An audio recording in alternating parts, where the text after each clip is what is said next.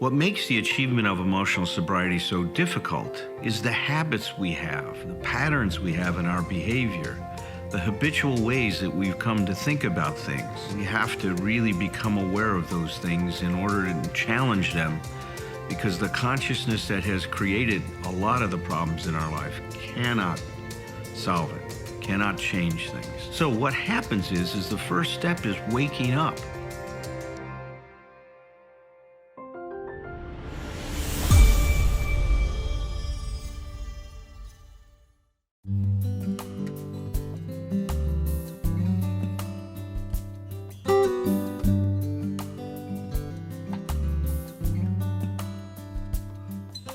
Tonight, we are going to continue on our exploration of how the 12 steps help us develop a healthy, what we call an authentic self-esteem. Now, this meeting focuses on emotional sobriety. So some of you may think, well, how are we talking about self-esteem and how is that related to emotional sobriety? Well, it's my belief that you cannot have emotional sobriety unless you improve your self-esteem. Emotional sobriety is dependent on us having a certain relationship with ourselves, a healthier relationship with ourselves, or as we talk about all the time, is that emotional sobriety is learning to be aligned with reality, dealing with life as it is, not as we hope it will be, not as we expect it to be, not as we think it should be or it's supposed to be, but to be aligned with reality. I love the line from Dr. Virginia Satir, who says, life is what it is. It's how we cope with it that matters, right? That's the key to our living a better life. Now, what gets in the way with our coping? Well, Bill says it, and he says it very clearly in the segment that Declan just read to us when he defined emotional sobriety as balance and maturity. So we can ask ourselves, and we'll talk about balance at some other point, but what is maturity? How can we think about maturity, and how is it that the steps help us develop this emotional maturity? Well, I want you to think about maturity as the transcendence, right? Is the moving beyond of environmental support, which is a consciousness, I'm okay if, right?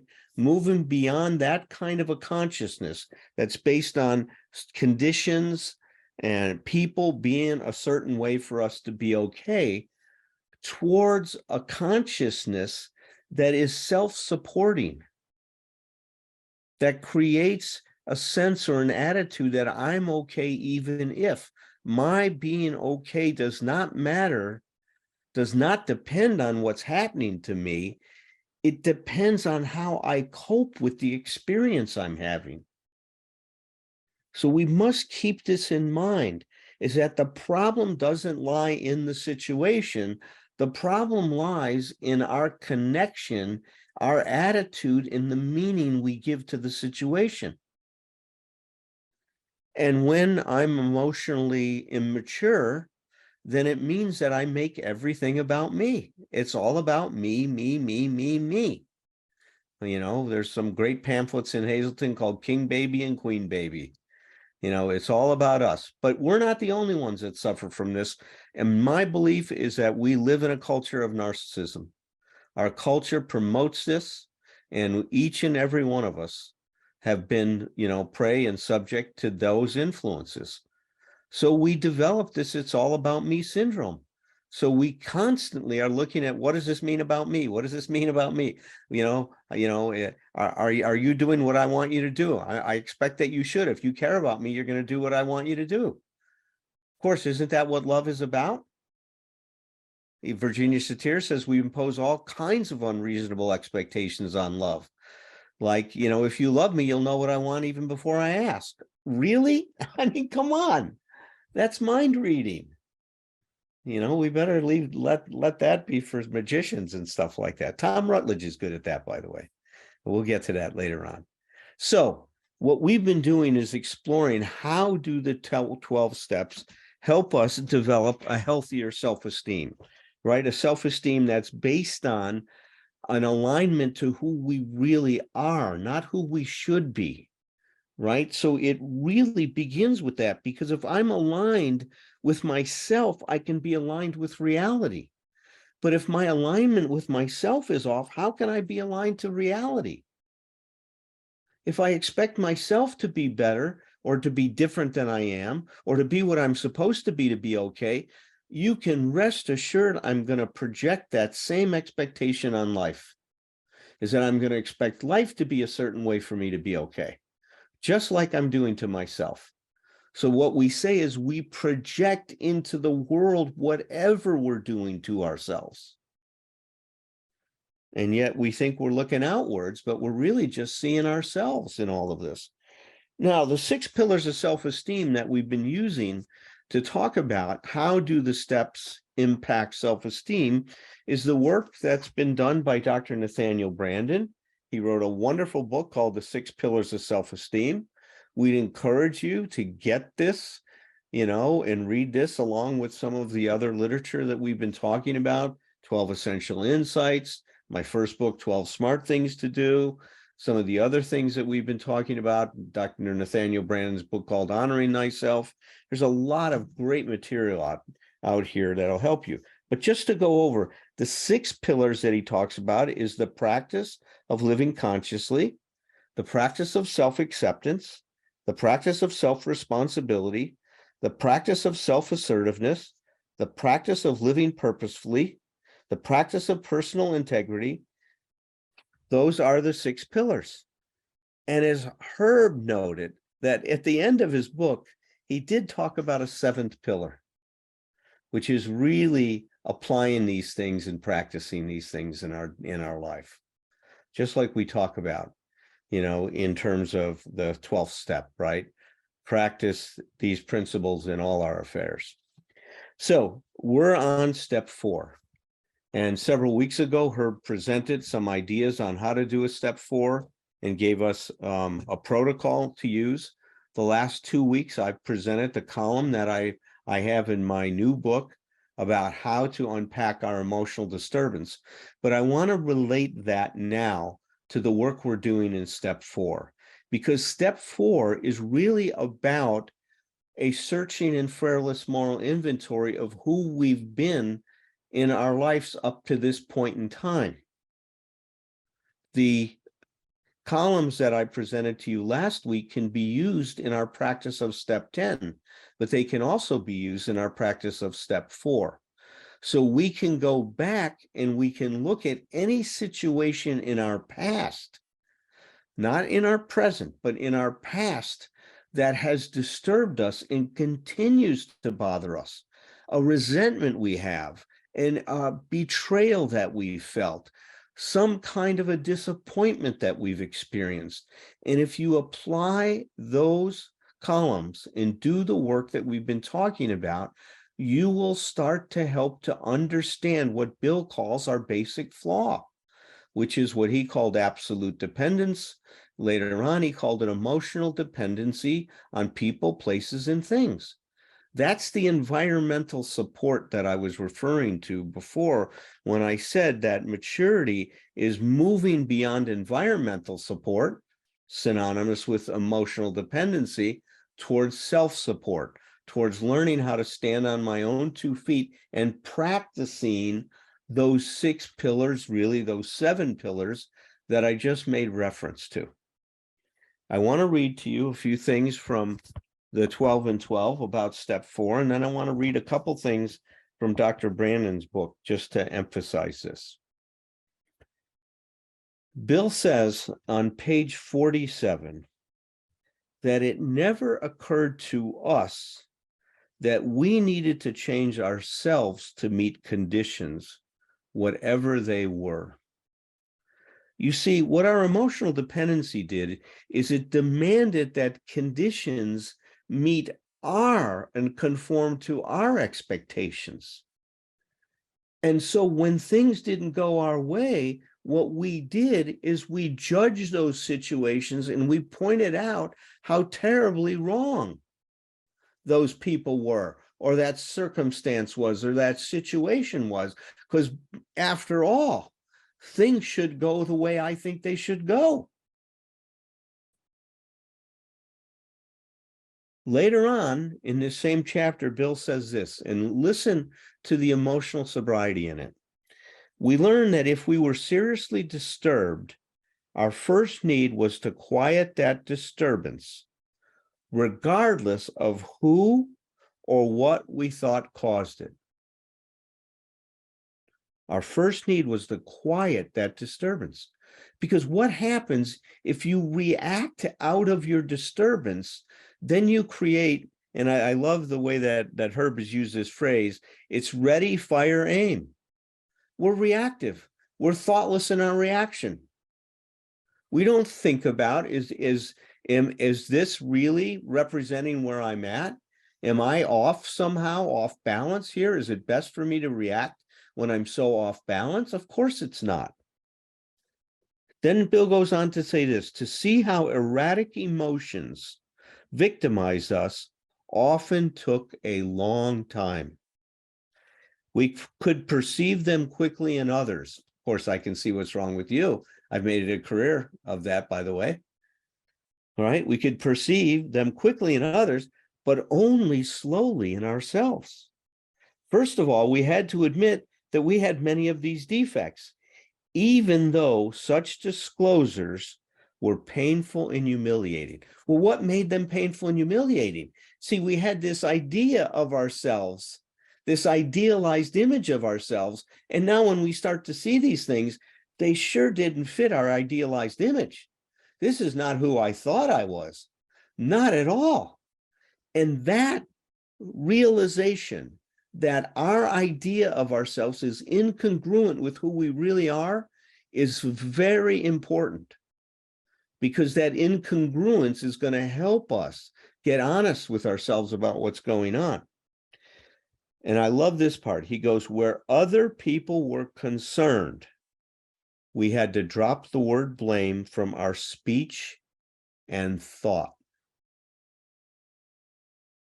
Drop the word blame. How is it that step 4 is going to help us drop the word blame from our speech and thought? He goes, this required great willingness even to begin. But once over the first 2 or 3 high hurdles, the course ahead began to look easier, for we had started to get perspective on ourselves, which is another way of saying that we were gaining humility. You see, the kind of self-esteem that we're promoting is a self-esteem that's not only rooted and anchored in authenticity, but it's anchored in humility. It's having an alignment to who we really are and a complete acceptance of that. Now, as we're working this step, we're obviously now becoming aware of ourselves and really promoting a high degree of consciousness here. So we are continuing to raise our consciousness, raise our self-awareness. Well, what makes this so important? Well, I want to read a few things to you from that, from what Dr. Nathaniel Branden says about this whole thing. So one of the things he says is that self-responsibility is one of the pillars of self-esteem. Well, what does it mean? Well, this is how he describes it. I am responsible for the achievement and for the satisfaction of my desires. No one owes me the fulfillment of my wishes. Just because we have a relationship, because we're romantic, we say we love each other, it doesn't mean that I have the right to expect that you will give me what I want whenever I want it. And yet somehow we look at relationships in that kind of a way. I do not, this is what he says, I love this, I do not hold a mortgage on anyone else's life or energy. If I have desires, it is up to me to discover how to satisfy them. I need to take responsibility for developing and implementing an appropriate action plan. If my goals require the participation of other people, if my satisfaction requires the participation of other people, I must be responsible for knowing what they require of me if they are to cooperate, and for providing whatever is my rational obligation to provide. I respect their self-interest and know that if I wish their cooperation or assistance, I must be conscious of it and speak to it. So do you see what we're starting to develop? It's a true I to thou relationship. Instead of treating other people as an object that is there to meet my needs and satisfy my desires and my wishes, I now treat you as a subject, not as an object. And if I'm going to expect cooperation, then I need to be coordinated with you and to see if you're interested in participating instead of demanding it. Now, to get to this place, I need to be aware how I am not like that. Only by becoming aware of who I am not can I start to move towards who I want to be. We cannot jump over that step in the process. It's an incredibly important step.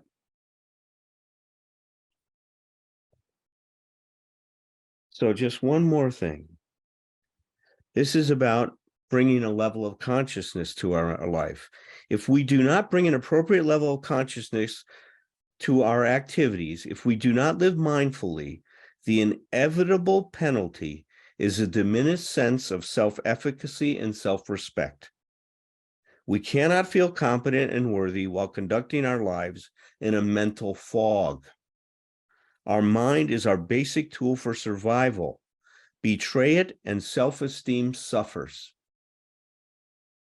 The simplest form of this betrayal is the evasion of discomforting facts.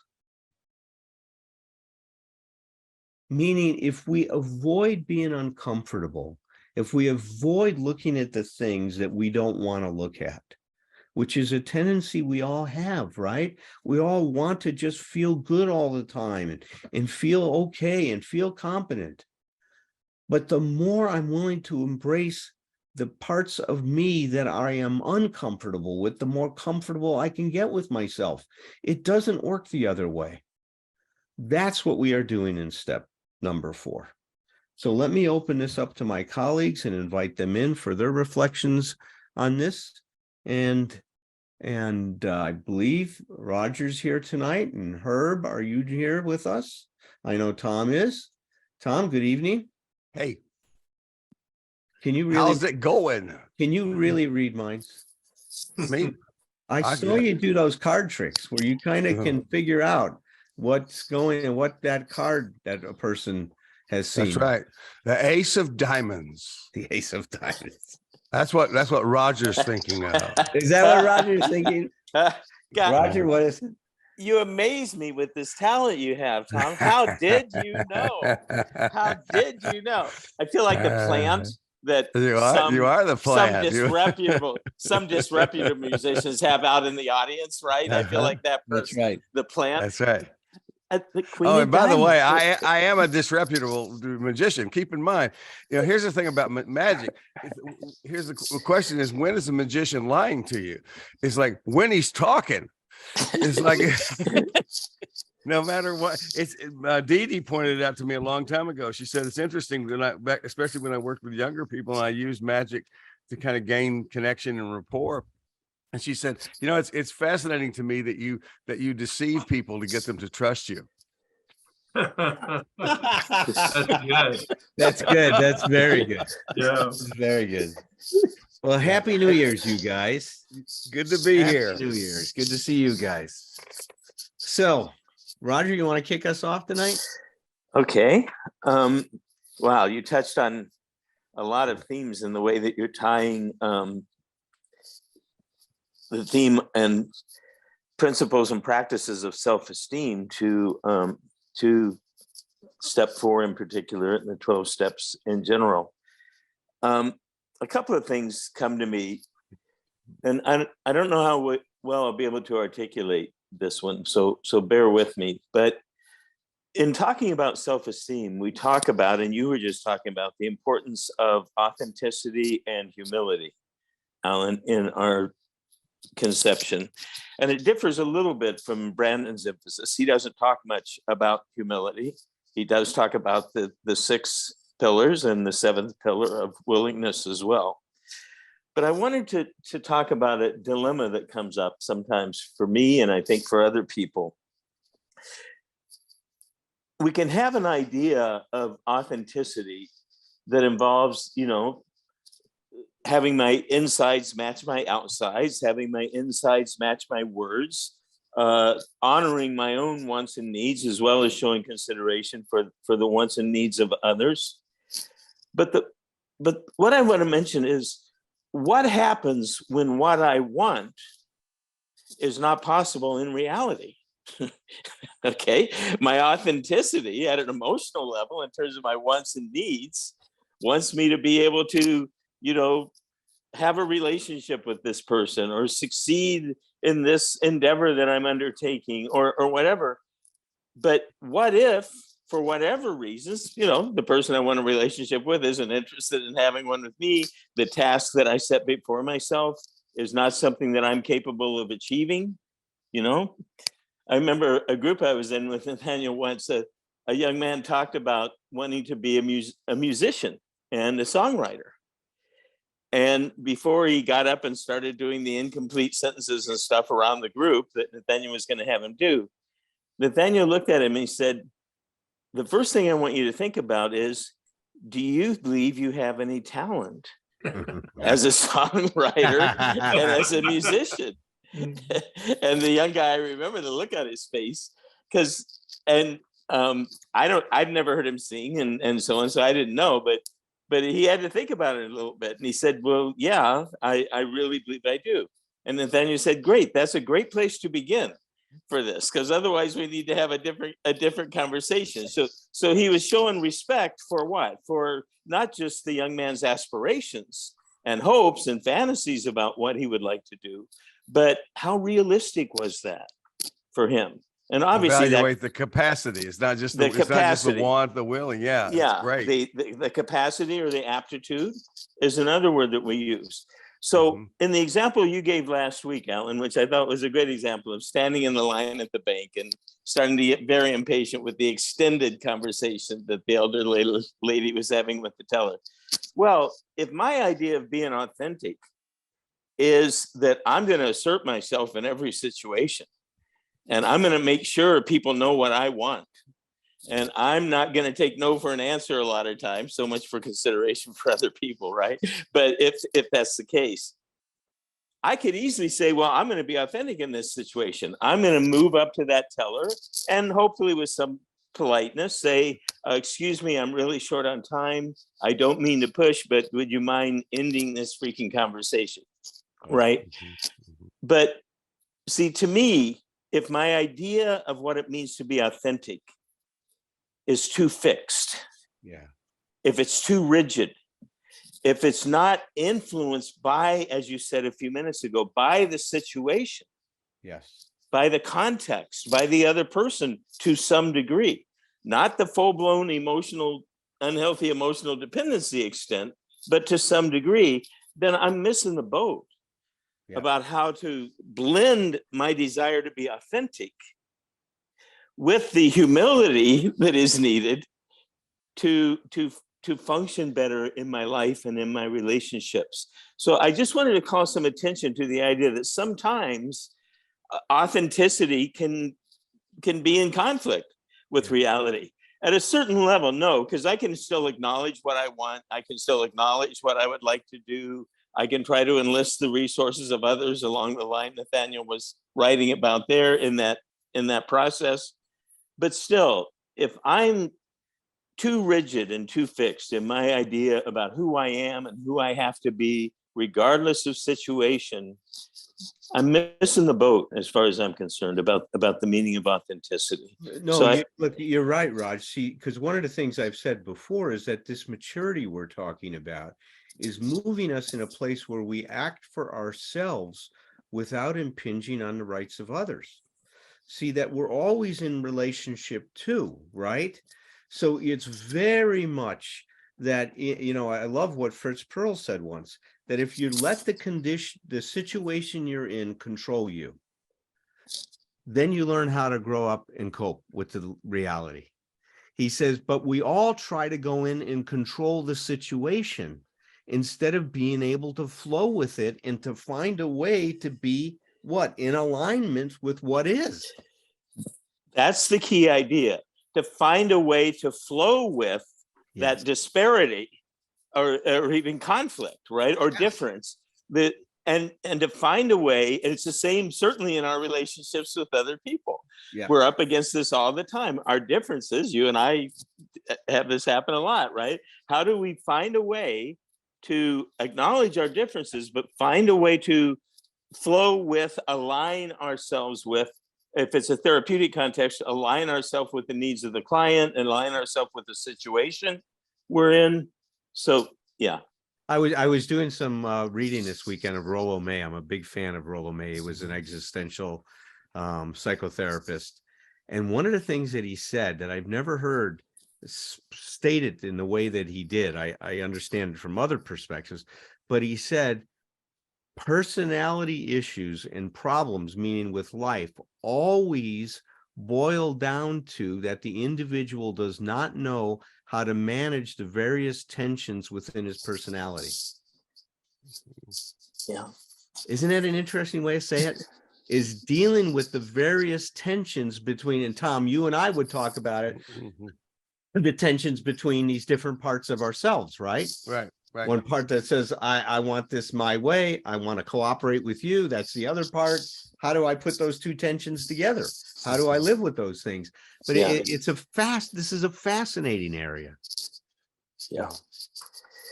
Buddhists write about that sometimes, is learning how to become a bigger container, right? For all these conflicting voices and parts of ourselves. So that they stop being conflicting. They coexist.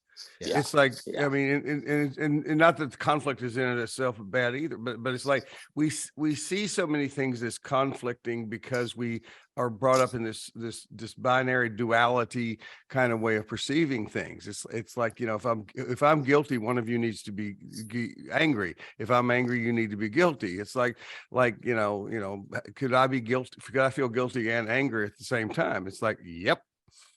And I don't have to figure out which one is the real one. Yeah. Right. It's always about expansion. Growth is expansion.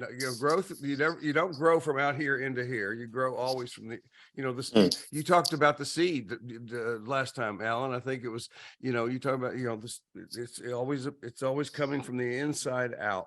That's what I love about step 4, because, am I interrupting somebody? Go right ahead. No. Okay. Flow, Thom, flow. But I really wanted to be interrupting somebody. But I'll live with it. And I don't know how much of this response comes from listening to you two talk so far, and how much of it comes from my day, because a lot of times, because Thursday's a day where I sit with clients a lot, so a lot of these things kind of meld into what I've been thinking about and working on. But one of the things I love about coming back around to step 4 is I'm trying to think. There was this particular way I thought about it, and I wrote it down, but I can't find it in my notes. It's but I began to envision that what we have created here is a like a personal inventory room in my consciousness. This is where I go to take inventory with myself. And for some reason, I was thinking about the Sheldon Kopp book called Back to One. Where just the title of the book is just the simple, metaphor of the breath counting. It's like if we sit here and do a breath counting meditation, and we're all going to lose count. And, and if you tell me you didn't, I know you're cheating at meditation.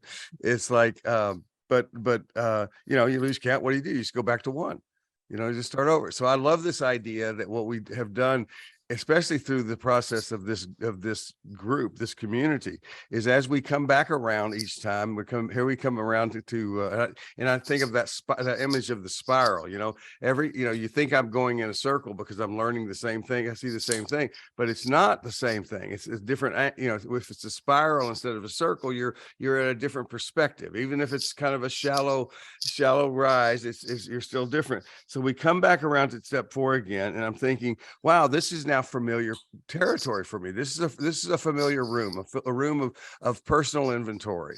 Back to 1, where what I have learned in my life and in my recovery, and get reinforced with working with you guys, is that when I lose my place, it goes back to what you were reading about with Bill last time too.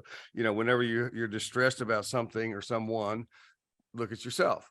There's something going on with you. It's like back to 1. I get to come back. The first part, my little nutshell about that is the first part of any problem that I must solve is that which is between me and me. It doesn't mean there's not work to do with somebody else. It doesn't mean you're not a problem also. It doesn't even mean I may need to address something with you, but it's like I need my foundation first. And I'm coming back to that, and I'm working my way back out there. And then the other piece that has changed my life as much as any one principle I think is from doing that too, is to have a daily practice that maintains a very specific focus on and this is just sharing my experience, strength, and hope. This is not putting this on anybody else. But keeping a focus on what I believe my purpose each day is. And my purpose, I think I get it a lot from 12 step, but I think I've gotten it more recently from reading some of the Stoic philosophers. It's my purpose is to be the best version of myself that I can be. My purpose, and that's defined in the work, the studies I'm doing with Stoicism. That's defined as a person who goes out and tries to do the best he can do for himself and for all of humanity. It's like, I mean, I'm about to save the world every day, but I'm going, I'm trying to be of service. And if I, it's so much easier to evaluate myself, to give myself some, I don't know, it's not credit. It's not like, it's just to, I guess it's more self-awareness. This the idea that it doesn't come down to how I feel about the day. It comes down to how did I do today? How did I act today? Was I congruent with my value system? And that value system comes from that back to 1, this inventory room in my consciousness. And I love this idea of this repetitive thing but being a human being, I lose my place. I come back to this place. I look around and see what's there for me, between me and me. I do that again. I get up and I go back out again. And then I'll come back around as soon as I lose my place again. I'll come back and do that. And that's what we're doing. And that's just some imagery that I have with 4th step as we're coming around. I don't know if it's making good sense in my head. I'm not sure it's doing as well when it's coming out of my mouth. So work in progress. All right, Herb. Well, again, you guys are just, you light me up. I don't know how I ever go to sleep at night. A couple of things, and I'm not going to try to make sense. I'm going to try to just connect the dots of my random thoughts. And Roger, you had said there's sometimes a conflict between authenticity and reality. It maybe I didn't hear it correctly, but I don't think so ever. I don't think there's ever a conflict between authenticity and reality. It may be a perceived or a delusional, but it's not real. Because the whole point of emotional sobriety, I do believe, is authentically evaluating what reality is.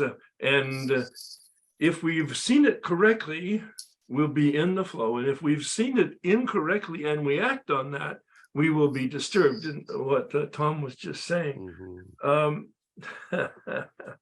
I love that phrase. Thank you for sharing it. I need to have a bigger container. Yeah. That's just, I mean, that's an insight. I'm going to play with that one this week.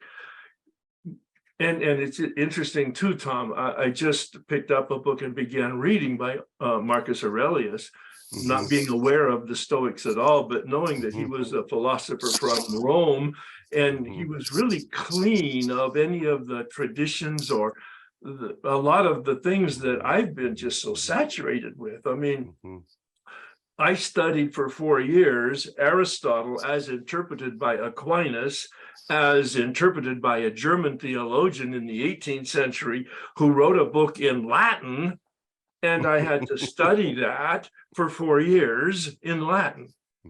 I mean, wow. It's kind of like I gotta like get rid of this stuff so that I can kind of sort out what's really the natural stuff.